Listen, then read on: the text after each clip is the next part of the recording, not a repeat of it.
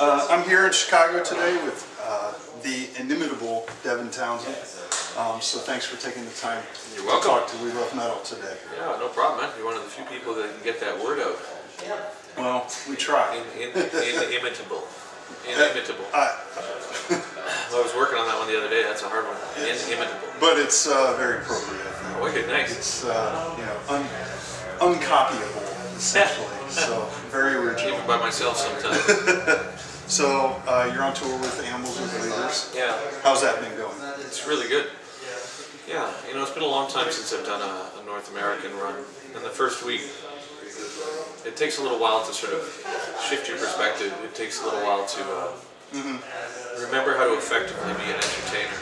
Because you go from a really insular lifestyle to being public, and it's right. It's a shock to the system. So the first week was a little challenging for me. Plus, it was all new material and a new member on stage. And knew everything, new gear, everything. So but trial by fire is a way that we tend to function, and it's now at a point where I think we're rolling. Good. Lots of sold out shows. I saw on the schedule. Yeah. Crowds have been good for you guys. Yeah. I mean, it sort of underlines the amount that live music really is an essential part of the music industry in ways that it wasn't even prior. Right.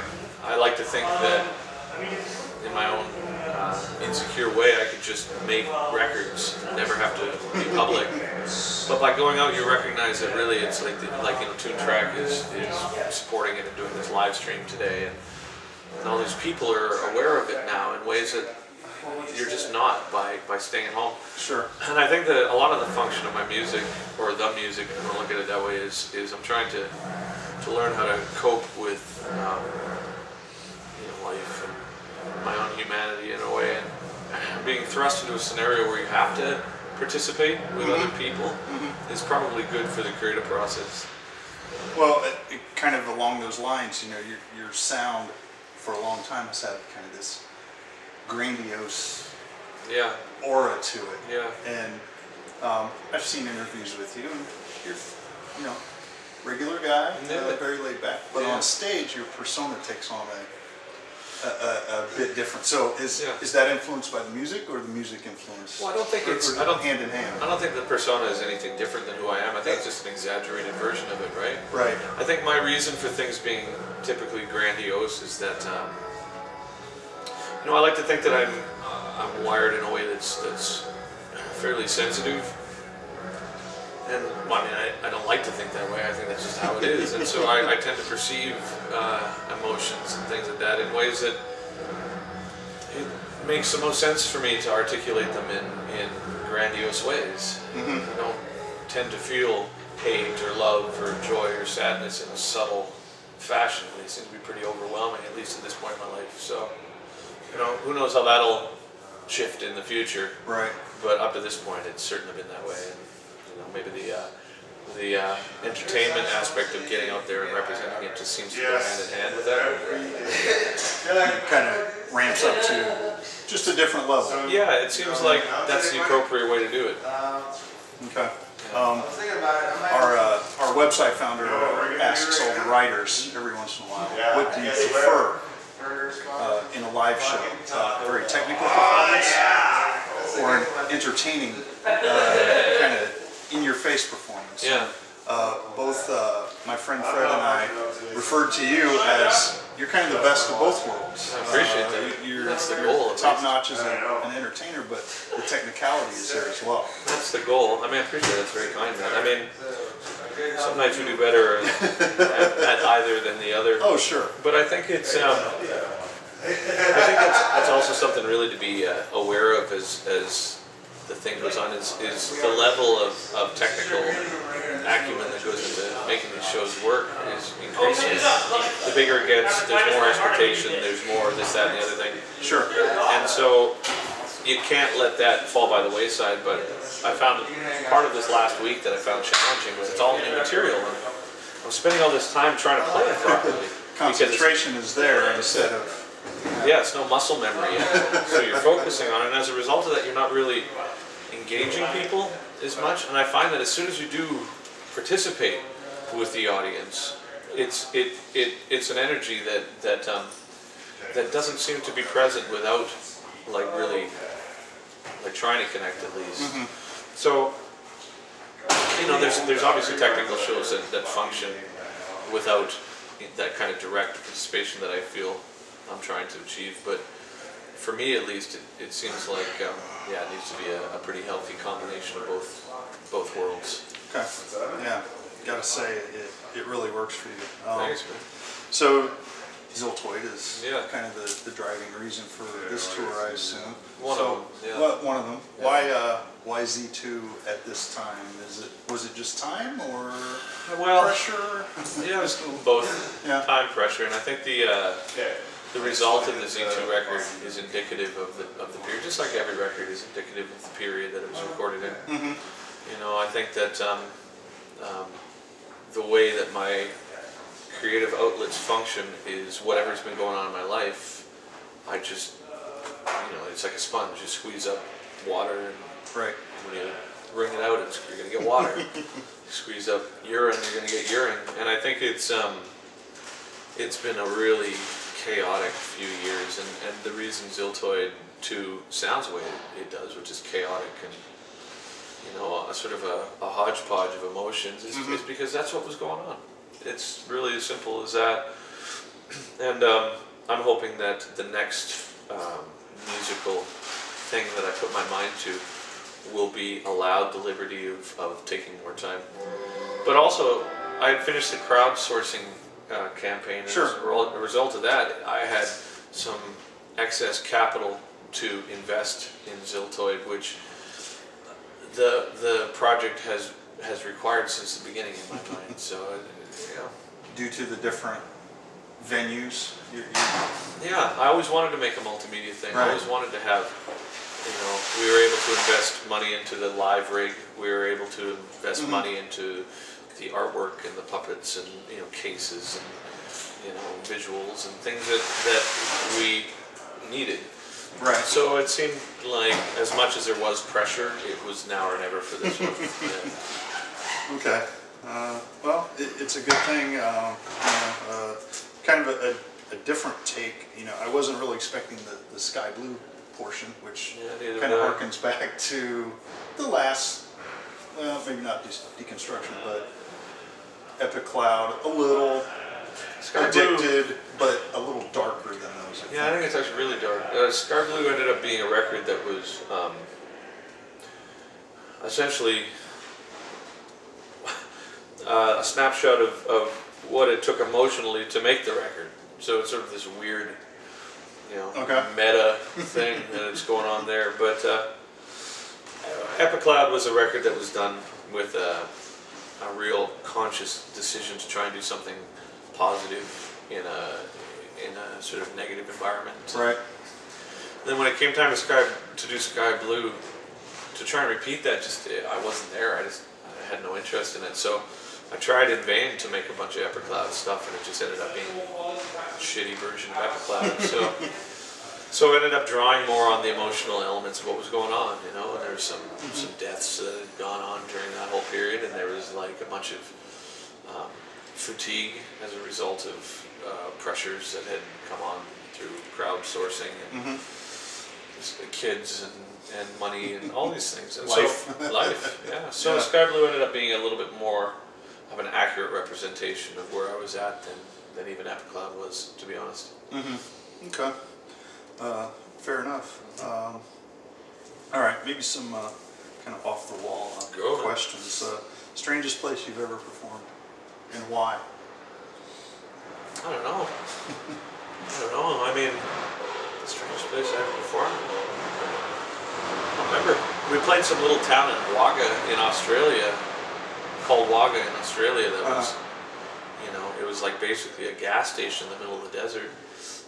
And they had to set up these PAs on top of beer kegs, and you know, there's been situations like that. But I'm so crap at remembering gigs.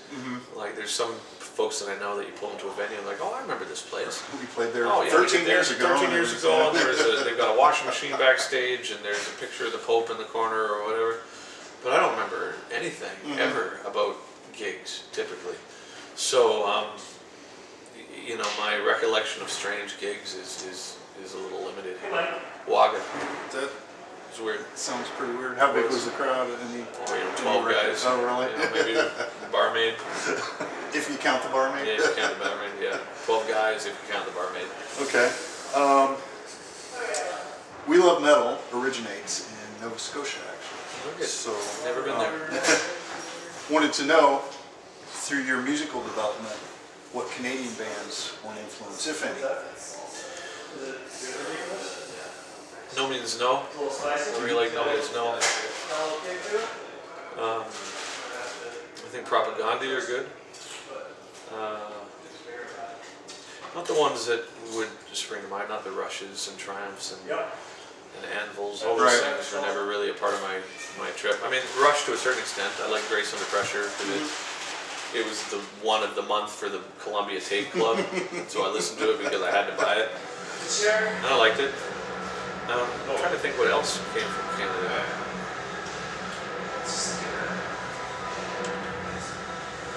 I dig little abortions, you know, SNFU. No means no. So it sounds like more in the punk. Definitely. Yeah, I like that scene. I've always liked that scene. You know, I don't necessarily fit into it, but I like the attitude of it, you know. And there was a lot of it in Vancouver, you know, Victoria and all that stuff. And I mean, I really like No Means No. It's a very great band. Okay. Yeah. How does your family accept, deal with your profession, essentially, and you're part of it? I don't know. Everybody seems pretty supportive. Yeah. You know?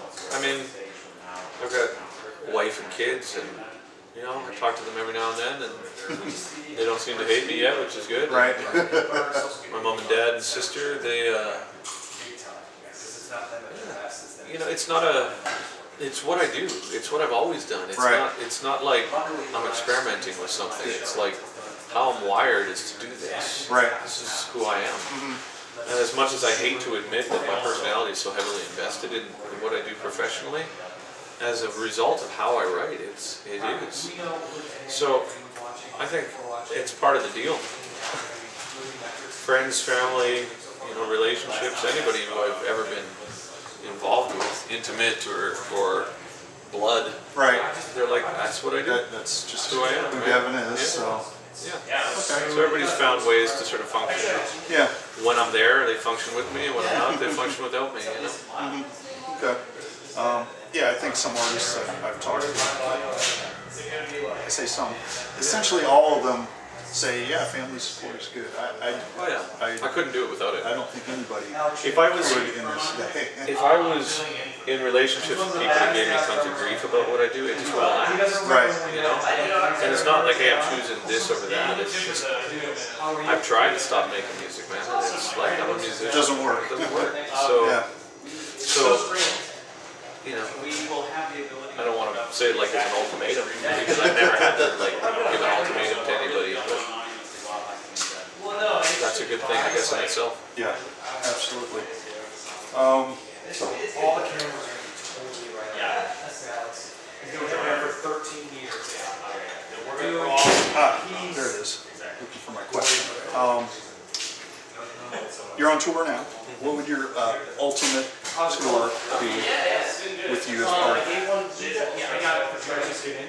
don't think it matters. No? No. I like venues that have a toilet and a shower. I like eating. I like not being sick. I like, you know, no drama. Right. Between bands, between my own band. But the parameters are pretty basic. I like bigger shows. I'm more of a fan of big shows than I am of small shows. Like I like festivals. like fests in Germany, or I like festivals. I like arena shows. I like all that stuff. okay. Yeah. I find it articulates the vision that I'm hoping to achieve in a way that seems a little more appropriate. But I mean, the club shows are cool too. I mean, Yeah. I don't know if I think of it in terms of like what a perfect tour would be. Yeah, this is okay. This works good. Yeah. Okay. You're doing what you love to do, so hard to ask for more than that. Well, it really is. I think there's this real propensity for wanting more, and I don't need any more. I'm good. That's good to hear. Yeah. We want more from you. Yeah. That's the problem. We want more, but I'll give what I can. I think that's the thing is after a certain amount of time you realize that there's not enough of you to go around. So you gotta defend yourself from because you can give, but it's never gonna be enough. At some point, you have to just be able to in order for me to continue to give, this is what I need to do. And I'm finding that's a bit shocking sometimes. Shocking in ways that I wasn't anticipating because I always used to be very public with it. But now I'm finding it's like I can't really give enough.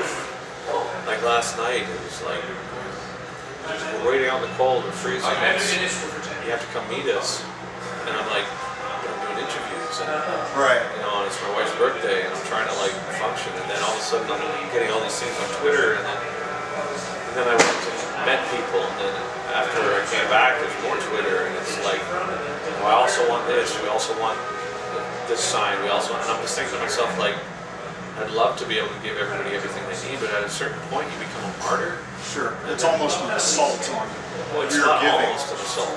It is an assault. And you have to be really careful because that's not how people are intending it. Sure. But if you get a whole bunch of people doing it, I mean, my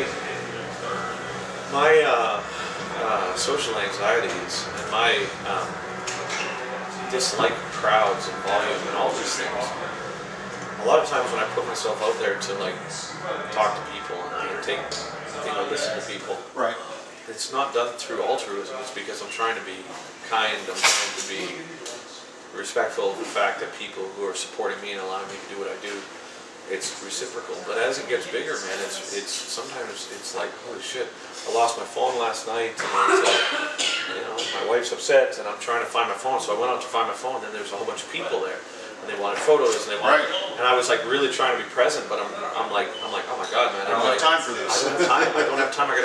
And so I said, guys, I'm sorry, I gotta go find my phone. And so I walked away from it, and I heard a couple of people saying, so your fans are less important than your phone. Wow. And I remember thinking to myself, like, I understand why you would feel that way, but it's really confusing for me to try and like I don't want to have to defend it, and I also don't want to. So in a sense, I'm like, well, it'd be easier if I just didn't come out. Right? But I mean, it's a learning curve because it's not, I don't think of myself as special. I don't think of myself as like I'm bestowing. Devin Townsend. That's it. I'm bestowing benevolence on the audience by coming out to say hi. It's like, a lot of times the audience needs to, some people, not everybody, of course, but there's some people that really feel the need to project how the music has made them feel emotionally onto the person who's performed it or responsible for it on some level. And your responsibility as an artist at that point, I think, is to listen, not to absorb it. In fact, you have to deflect it in a lot of ways because the door is locked. Sorry, but it's we'll be done in just 3 or 4 minutes, man. Just the camera's right outside the door here. We'll knock it over. So it was like, it's a new thing for me here too, right? Because I try and spend as much time as I can trying to make it like as obvious as like, hey, we're just fucking people. There's nothing. I think there's a lot of need, society in general at this point, for heroes. Oh, sure. And martyrs and all that shit. But I mean, I'm not. I don't even think that humans are responsible for music. I think you're just privy to sounds through your experiences, and I don't write. I just articulate sounds, right? And because of my experiences, I hear more in one way or less in another way. But I don't want to be perceived as more than others. I don't want to be perceived because my own self-loathing and my own self-esteem is such that I find it difficult to accept compliments. Difficult to I want people to enjoy it. I want people to listen. But I mean, I'd much rather just be a fly on the wall. So the more it happens where people are like projecting, the more I find myself like, I don't know quite what to do. That's it. And that's unhealthy too, because you're trying to connect ultimately. So it's this fine line between how do you close in and be defensive of your own mental health versus how do you get out there and perform not just be a total ham, you know, like Meatloaf style, where you're out there and you're like, I'm here for you guys, you know? Right. It's a fine line, and I'm still learning, right? Okay. Yeah. It's a tough life, I think. No, it's a beautiful not life. Yeah. Situation, I think, for some of those I don't know, tough might not be the best word, because Okay. I'm very fortunate to do what I do. Yeah. But I think it's more, because of the way that I'm wired, it's confusing in ways that it might not be for others. Okay. Not everybody else. There's some people it's way more confusing than it is for, you know, Kurt Cobain or somebody like that. Right. I'm certainly not at that level of being tormented by it. But there certainly is a balance of things that can only happen through experience, and I'm still wading my way through it, but it's certainly something that I'm very happy. Okay. Yeah. Final question. Yeah. Our site is called We Love Metal. Why does Devin Townsend love metal? Yeah, I think it's a way to represent emotions that harkens back to what we were talking about earlier with my connection to emotions. I don't take things lightly, typically. I think things are heavy. Love is heavy. I think hate is heavy. I think war is heavy. I think sadness is heavy. Metal's heavy. So for me, it's a musical format for me to really hammer all things, and that's what my proclivities are artistically, is to really make grandiose statements. So what else is going to work? It's worked so far. Thanks. All right. Well, thanks for your time. I really appreciate it. Thank you for being Thanks to Century Media for Inside Out for setting up. Look at that. So appreciate it. We're going to drink some water, take a pee.